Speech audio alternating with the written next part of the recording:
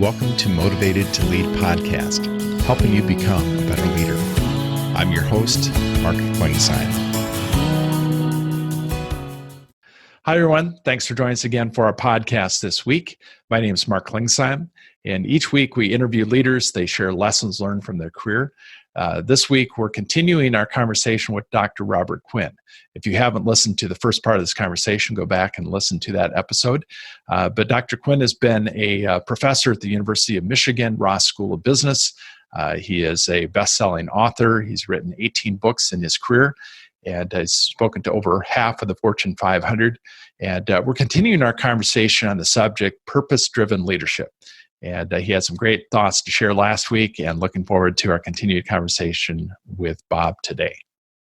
You've written 18 books in your career, and you've had a lot of. And one of the titles, and I haven't read this one. I've read the first book that I read of yours was Deep Change, and I loaned it out to somebody, and I tried to find it the other day, and it hasn't come back. So I need to write. Somebody told me they did this with their library, wrote "stolen from the library of," and then put your name so you get it back. But anyway, so I ordered another copy. But there's a title that I was reading, "Building the Bridge as You Walk on It," and I was thinking, I haven't read the book, but that's an interesting title. And it seems like kind of where we are right now is kind of building the bridge as we walk on it. Not sure what the future is. I don't know if there's some relevance to where we are today with that book, but I know you wrote it a number of years ago. Well, I think one of the interesting things about that book is where the title came from. I was at a small company that was a very successful company, and I was there with a doctoral student, so the doctoral student could write a case study about this company. And so we went to the first meeting with the CEO, who I knew very well. And the doctoral student, in essence, said, "How did you become such a great company?" And this CEO said, "Well, we had this challenge, and we worked really, really hard, put this strategy in place, and we were smart. And with that hard work, we became the great company you see today." And I leaned forward and said, "That's a lie." And the CEO looked like I'd slapped him in the face. And I said, "You started out, you had this purpose, you had this strategy. Strategy A didn't work. Everything you did got worse. So you went to strategy B. That made it still worse. That led you to this insight. You had strategy C. And then all of a sudden this took off, and over here this took off, and you brought B over to this thing, and then this happened." And he got a huge smile on his face. And he looked at me and he said, and at the doctoral student, and he said, "Yeah, the truth is we built the bridge as we walked on it." Now, that is such an interesting story. Why did he tell the first story to the doctoral student? Because that's the story we're all expected to tell. If you're a success, how did you get there? I was smart and I worked hard. That's the story that we're expected to tell. That creates a linear image that simply isn't true. The fact is that if you're going to build an organization, you're walking in deep uncertainty all the time. You don't know what you're doing, and you're learning as you go. You're building the bridge as you walk on it. But you can't say that because you have to pretend to be smart. And so the question is, how do I learn in uncertainty? And the answer is what we said. You clarify constantly what the highest purpose is, and then you move one foot forward into the dark, and then another one. And you ask yourself, what did I just learn? And you make adjustments, and you take another step. That is not what the textbooks say. Now think about this pandemic that we're in. We are and will be in total uncertainty. The entire economy will be turned upside down. People will go into panic. They'll be full of anxiety. They'll go into fight or flight, and it'll be very unproductive. And a few people will say, "No problem. What result do I want to create? What's my highest purpose here?" And they'll take one step into the darkness and then another, and they'll keep adjusting as they try to find that purpose. And other people will join them, and great things will happen. Right next to them, there'll be disaster on their right, disaster on their left. But that's what building the bridge as we walk on it is all about. And people that write leadership books don't want to ever understand or say that. And managers, and there's a good reason, you won't sell any books because managers don't want to hear that. Right? Right. Give me the silver bullet, the Sure. one thing I can do, and I'll be absolutely successful the rest of my life. Tell me what I need to know, not what I need, not how to learn. That's great. That's great advice. Yeah, I heard one executive recently said that kind of their whole thing for their company is to have a 30-day plan, and you plan out 30 days. This is what we're going to do, and you adjust. And then at the end of that 30 days, you figure out the next 30 days and try to figure out any other thoughts around that. And I'm sure you've gotten calls from executives that are concerned and trying to figure things out. What are some of the things that you're telling them? Having that 30-day plan is perfectly okay with me. My question to those same executives is, what's your highest purpose? And they never know. And they always give some of them say profit, some of them say survival, some of them say something more acceptable. But they don't know because they've never done the work. And the question is, what is the highest purpose of this company? And that's not profit. That's a survival answer. What is the contribution? What is it that ignites every single person in this company? They never know because they never do that work. I'm being very strong saying never, there's course exceptions, but the majority don't. They don't even understand the question. But the moment that I start to become a purpose-driven leader, I first envision a totally committed workforce. Most people don't. They envision people who have to be controlled because they don't want to work. That's the whole notion of hierarchical theory and economic theory. It's the principal agent problem. But I'm going to a new place. My new place is I'm going to envision totally engaged people. If I envision that, then how do I discover, not know, how do I discover the purpose of this organization? And the answer is I do a ton of listening and hold a ton of dialogues until it starts to crystallize for me what the highest collective purpose really is. It's almost never known or stated because no one ever does that work. If I discover it, then the question is, how do I bring it into reality? And the answer is I make it the arbiter of every decision. I was visiting a company and bunch of us were sitting around the table, and this mid-level woman said, I just came out of a meeting with my boss. And he said, we're going to do X. And she said, we are not. We're not going to do that. Now, every head snapped at that table when they heard that. And then she explained, she said, he wanted to do this. I told him that's not our purpose. The highest purpose of this company is this, and we can't do that. My boss's response was, oh, yeah, you're right. Now, at that moment, the CEO leaned in. He was sitting next to me, and he said, see what I mean? When the purpose is the arbiter of every decision, that means every person's empowered. The entire system is learning and contributing, and everybody's going in the right place. Well, that's a profoundly powerful image. Very few companies, teams, organizations, units, groups ever benefit from that because they don't have a leader that does that. So that whole idea of being transparent with those that you're leading, for that CEO to admit, yeah, I forgot what was obvious to somebody sitting next to me at a different level. They still had that in mind, but I forgot it. Is that part of what you've seen kind of overall with the CEOs that you worked with, the ability to take from somebody who's not their boss, somebody that's managing up, to say, hey, you're missing something that's really important?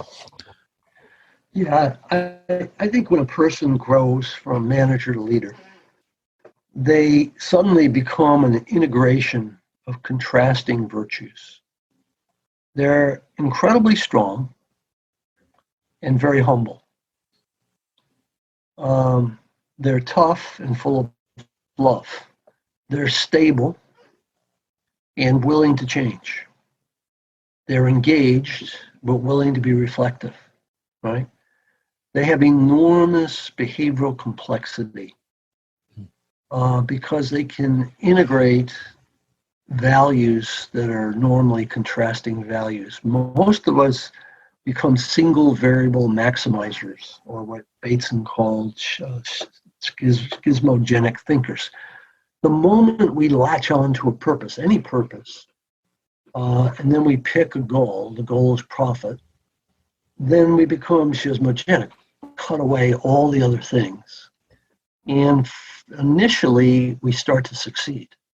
And then we cross a tipping point, and then everything starts to go wrong, and we apply the strategy with greater intensity, causing greater failure, and we go into a vicious cycle. And this happens to every one of us with regularity in life because we can't see the whole ecology of value and virtue. We don't have the ability to enlarge and learn in real time. But when we become purpose-driven, when we start living from contributive goals instead of ego goals, all of that changes. Our ability to do those things increases. And so when you listen to those purpose-driven CEOs, almost everyone will tell you their version of the expert story. I could reduce all my problems to one word, expert. Now that was his story, but everyone has a version of that story, of discovering they're not the center of the world, and that you and I learning together is a much more powerful system than me telling you what to do. Now, there's always a place for hierarchy. There's a need for hierarchy. But if that's all you see, you are blind. And you're eventually going to get into trouble. Really good.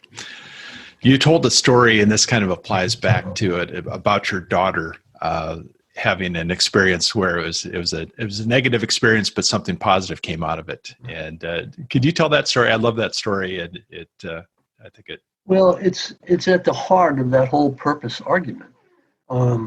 She was getting older. She was single. She was living in Washington, D.C. And she was getting very discouraged because she now wanted to be married. But her conclusion was the only men left on the earth that were her age were pigs. There were just nobody left. And then all of a sudden, Prince Charming showed up, and she was so excited. And after a few months, the phone rang, and she's talking to my wife, and I could tell what the conversation was. This guy just dumped her, and she's devastated and angry. And she was our firstborn child, and most firstborn children share a common need. If they're miserable, they want you to be miserable too. And so she said, "I'm coming home this weekend." I thought, "Oh no." And her mother said, "You're the father. You go to the airport and pick her up." And I pick her up. She gets in the car. She doesn't say hello, how are you? She says, "That no good, dirty, da da da da da da da da." And 5 minutes later, takes a breath, and I say, "Are you problem solving or purpose finding?" She didn't even hear me. Second time, third time. By the time we get to the driveway, she does it a fourth or fifth time. And I say, "Are you problem solving or purpose finding?" And she looks at me and she says, "What are you talking about?" And I said, "Well, I wrote that letter to your brother about the difference between problem solving and purpose finding. And I sent you a copy." She said, "This is the real world." I said, "Well, I think it applies to the real world." And so by now we're in the house, and I pull out a sheet of paper, and it says Robert Quinn life statement. And she rips it out of my hand. She looks at it, and then she slows down. She starts reading. She looks up and she said, "When you feel bad, you read this?" And I said, "No, when I feel bad, I rewrite it. It's been rewritten hundreds of times." She looks at it again. She said, "Do you think I could write one of these?" And I said, I'm sure you can. That's when the first miracle happened. She disappeared into the bedroom, and for a day and a half, she worked on that document. And the miracle was I did not have to suffer. She got on the plane. She went back to D.C., and 3 days later, an email came, and she said he called me. And so I wrote him this letter. I read the letter, and the letter was incredibly authentic and vulnerable. Here's how I felt when I met you. Here's how I felt in the middle. Here's how I felt when you dumped me. And it was astoundingly transparent. And then she wrote, but my roommate said, you can't give this to him. Now that's very, very traditional wisdom. You can't give this to him. Now there's a good reason. The reason is this letter's telling the truth. You can't tell the truth to some guy who's dumped you. Dating is a marketplace. Dating is business, right? You have to be tough. You have to deceive people. And she said, what my roommates didn't understand is that what he thought didn't matter. Now, wait a minute. 3 days ago, what he thought caused her life to disintegrate. Now she's saying what he thinks doesn't matter. What in the world has happened here? She's clarified her purpose. She's internally directed. She's more caring than she's ever been. And she's willing to learn. She's incredibly strong. So she can tell the truth because she's centered and it's the truth. So what he thinks doesn't matter. And her roommates can't comprehend that because they're in transactional theory, the theory of business. Well, the interesting thing is a short time later, she was promoted for the first time, then promoted again. Why in the world is she promoted? This is a story about dating. And the answer is because she's now a leader. And that organization needed leadership. She's coming to work, she got the same dresses on, has the same face, talks the same language, but she's not the same person. So that's a really important story because it's about every one of us. It's about who we are and it's about our potential. Yeah, I love that story. Because I think we can all relate. We've been in those situations. You've written 18 books, and I know I've asked other authors this, pick the top, and I wouldn't say your top 3 favorites, but maybe your top 3 that you think would be most relative to today and kind of what people are experiencing. Any that you think they should start with, and then they can finish the rest of the 18 as they go along? Well, I guess I'd say that in today's situation, in the middle of this pandemic, that there are some that really are appropriate. And the first one, I think, is the one you read, Deep Change, which basically helps us understand that there's incremental learning, there's transformational learning, and you and I can engage in transformational learning, and here's how to do that. The second, I think, is a book called Lift, The Fundamental State of Leadership. It talks about how you can ask those 4 questions, and it buttresses everything with research to show why it's legitimate. But it's a basic, simple model there. And in this pandemic, everybody can benefit from applying that model. And I think the third one I would suggest is the one that was just published. It's called The Economics of Higher Purpose, How to Create a Purpose-Driven Organization. And even if you're not running an organization, it's a book that starts with that story about my daughter and looks at personal purpose, the research on personal purpose, the impacts of personal purpose, and then takes that to the organization. And it exposes, we call them 8 counterintuitive steps. They're simple steps, but they're outside normal management thought. They're outside the ego. And they're incredibly powerful, and they apply to a marriage, to any relationship. So I think Deep Change, Lift, and The Economics of Higher Purpose if you live through those three, I think you'd have a very powerful dose of what we're talking about. Yeah, absolutely. Well, if you also check out your TED Talks and your Google Talk, love those, and those are great to view. Outside of work, Bob, what do you do to recharge? Um, I love I love to recharge by doing work. That is, I believe that writing, because I spent a lot of time in organizations helping people think about what their challenges are. But I love to come back and write about those experiences around my purpose. That's very recharging. In terms of recreation, I love to play golf. Um, it's not a competitive golf. It's about being totally focused. Mm. That's what happens to me on the golf course. And I can't blame someone else for throwing me a bad pass. Right. It's me. And it's an enormous mental discipline, and it renews me to have that focus. Um, there are personal things I do. I keep a gratitude journal. It has enormous impact on my daily renewal. Um, can't say enough about that. Um, and then I spend a lot of time with the family trying to engage in really meaningful experiences with them. And when that works, that's wonderful. It's hard work, but when it works, it's wonderful. That's great. So if somebody would want to learn more about you and your work, what's the best way for them to find that Well, information? there's two. I think they can read the normal stuff, the books we just talked about, so forth. But 2 years ago, we did something that some people have found to be very useful. Um, at the University of Michigan, if you go to the executive education website, there's a program called Becoming Who You Really Are. And the way it works is I made 100 videos, 3 minutes each. And if you sign up for the course, every day you get a 3 minute video.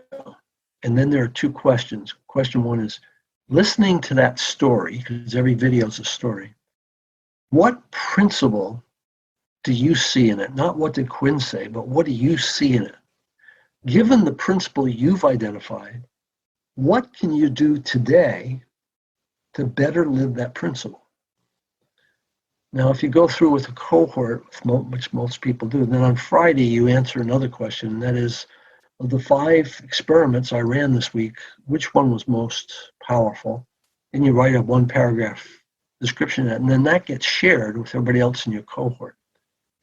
What happens over the 100 days is a new perspective becomes available. If you go through with people in your own team or organization, a second level of payoff occurs. You begin to create a common set of images. One woman said, I was in a meeting with my boss. We were with a very angry customer. It was going really bad when I suddenly blurted out, we have to stop and wash the flag. Now that was from a story I told. The boss immediately understood that, and they changed their strategy instantaneously, and it came out very, very well. And she said, that's when I realized what it meant to be creating a culture together, that going through those stories, creating those common images is not only leadership development, it's organization development. And so for either individuals or people who are trying to get groups of people to move forward, that's a very painless but very mind-stretching experience, and we've had lots of positive feedback about it. So that might be something that people would be interested in as well. Sure. And for your blog and other writings, it's robertequinn.com. Is that the best Or website? you can type in all one word, thepositiveorganization.wordpress.com. It'll come up there as well. Great. Any parting advice that you'd give a leader? Well, I'm glad you asked that as a way to close. I think that we're all having a common experience right now. It's the biggest event since World War II. And every day I'm in some Zoom meeting, having some conversation, a lot like this one usually. And the last 2 days, I've had two people who are in education. They said, I've been talking to teachers and they're crying when I talk to them. Well, I don't think that's just about teachers. I think that people are in great anxiety. And it's very understandable. But what we've just talked about is a way to turn the anxiety into positive energy that makes you better as an individual and makes other people better, makes the world better. So I think our conversation today is very, very timely. And my advice would be, if you're feeling a lot of uncertainty and a lot of pain, listen to this podcast one more time. Read some of that material and clarify that purpose. Start moving. Everything will start getting better. If you have a life trauma like this one, but a more specific one at a different time, it distorts your life narrative. And what happens is you shut down. You usually end up on a psychologist's couch and you're depressed. There are hundreds of therapies that psychologists use, but the common denominator is clarification of purpose and values. The moment you clarify your purpose and values, you get off the couch, you're empowered. And so my final piece of advice, I guess, would be understand those 4 questions I talked about. Ask them rigorously of yourself. It's hard work to answer those questions. Get them answered, and then do what comes to you, because what comes to you will be very, very positive. Really good stuff. I'm going to go back and listen to this podcast a couple of times myself. It's good information. No, I'm always encouraged when I listen to you. You've got a great way of communicating, and definitely appreciate just all that you've shared today, and looking forward to reading your next book, and definitely wish you continued success in your writing and speaking and influencing. Thank you. Thank you so much for letting me do this. Thank you for listening to the Motivated to Lead podcast. Please subscribe on iTunes. You can also see a video version of this interview at motivatedtolead.com. This podcast is brought to you by SEMA Partners, helping you find your next great leader.